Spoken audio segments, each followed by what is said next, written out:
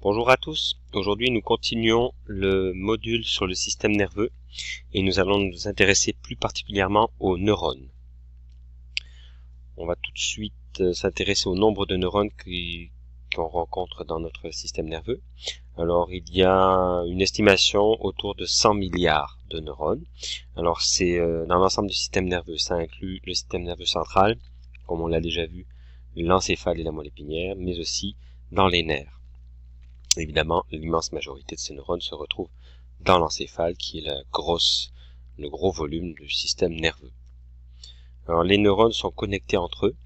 Ils sont capables de faire de très nombreuses connexions les uns avec les autres, ce qui fait que le nombre de connexions est énorme. Un neurone est constitué de différentes grandes sections. Quand on regarde un neurone, on voit la partie principale de la cellule, puisque c'est une cellule où on y repère le noyau et les organites. On appelle ça le corps cellulaire. Sur ce corps cellulaire, on retrouve des petits filaments qui s'étirent comme ça, membranaires, donc on les appelle les dendrites. Et on va voir un petit peu plus loin que ces dendrites sont les zones qui captent l'information, éventuellement d'autres neurones, grâce à des neurotransmetteurs. Alors, les dendrites récupèrent de l'information, ils vont activer le neurone donc par son corps cellulaire, qui va pouvoir transmettre l'information le long d'un plus grand étirement de membrane, qu'on appelle l'axone, qui lui aussi se termine par des petits filaments, qu'on appelle les terminaisons axonales. Tout au long de l'axone, on retrouve une petite gaine protectrice qui permet à l'influx nerveux, au courant électrique, d'être préservé tout au long du chemin. C'est une gaine de myéline. La myéline étant la substance chimique qu'on retrouve dans cette gaine. Le message électrochimique qui circule dans un neurone va toujours aller des dendrites au corps cellulaire, puis à l'axone et aux terminaisons axonales, toujours dans ce sens. Une maladie reliée à la gaine de myéline, c'est la sclérose en plaques, qui entraîne entre autres de grandes zones du système nerveux où la myéline disparaît et qui a des conséquences sur la mobilité de la personne. Il n'y a pas que les neurones dans le système nerveux, on y retrouve également une grande quantité d'autres cellules qui aident les neurones. Alors plusieurs estimations existent, mais on peut penser qu'il y en a au moins 30, 40, voire 50% du volume du système nerveux qui est occupé par ces cellules.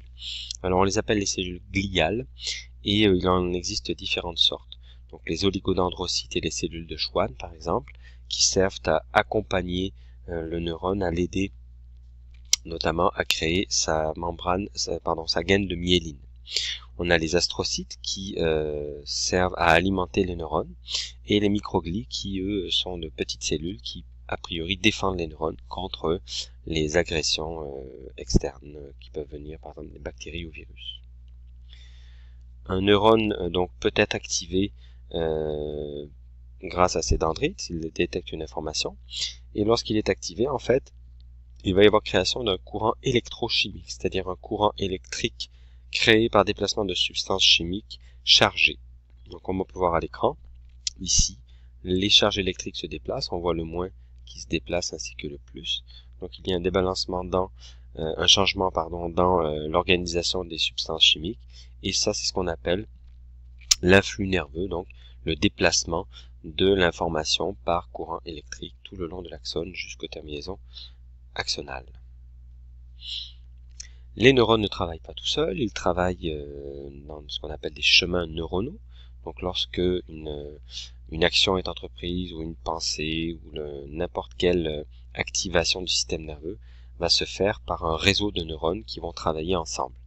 Alors ça implique que les neurones sont capables de communiquer les uns avec les autres, et on sait que les neurones sont capables de communiquer. Un axone avec ses terminaisons axonales est capable d'aller activer un autre neurone au niveau de ses dendrites, et la jonction se fait dans une zone qu'on appelle la synapse.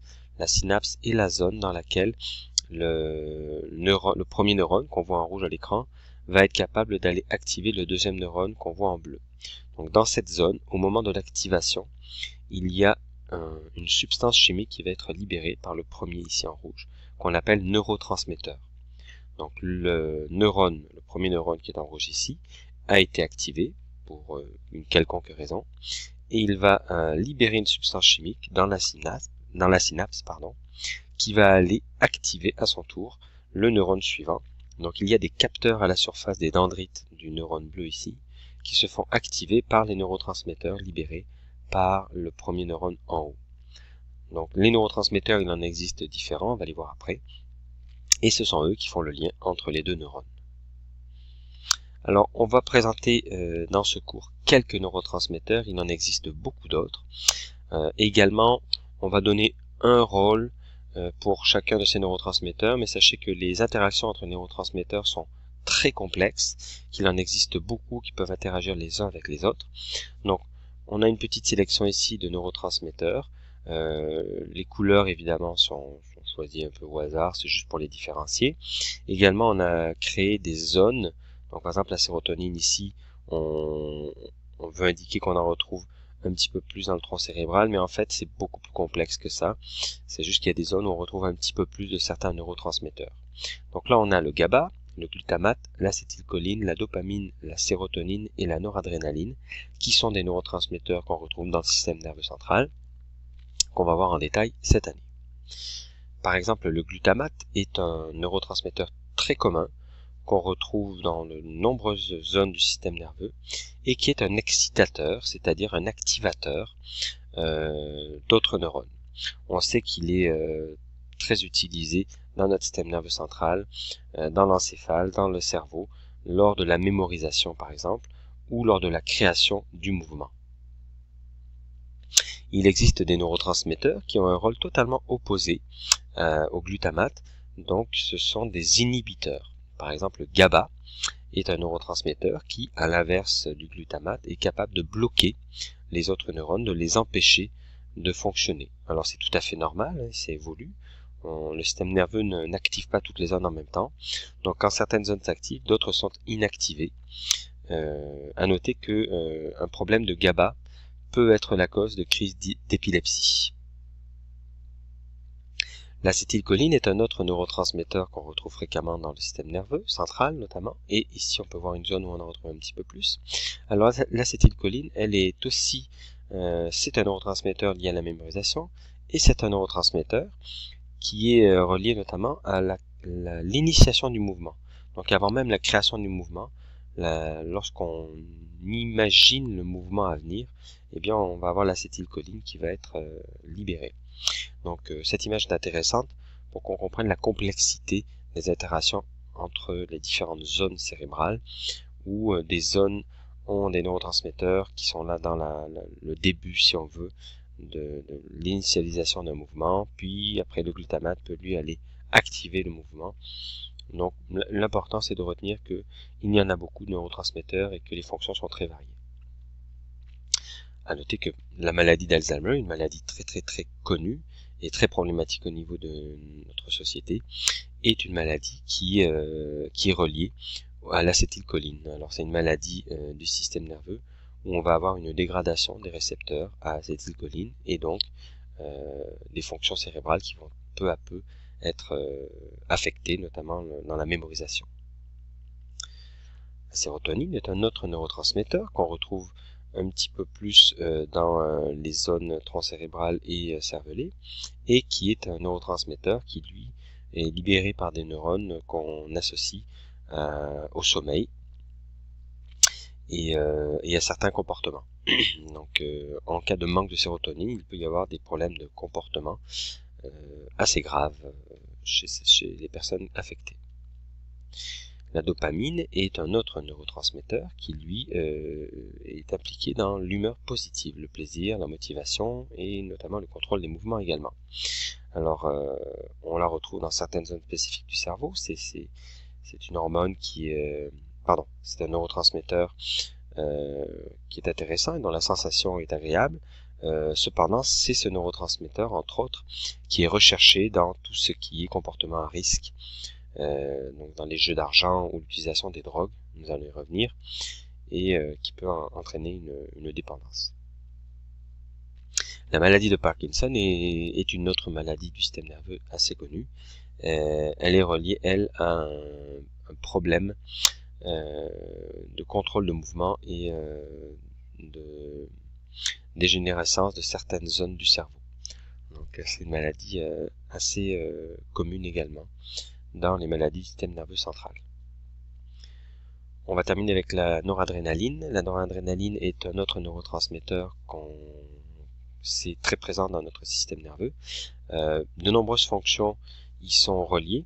Donc les fonctions d'apprentissage, on peut la retrouver également dans la création des rêves, de certaines émotions, et elle est reliée à l'adrénaline qu'on connaît aussi, qui est l'hormone du stress et de l'activation physique.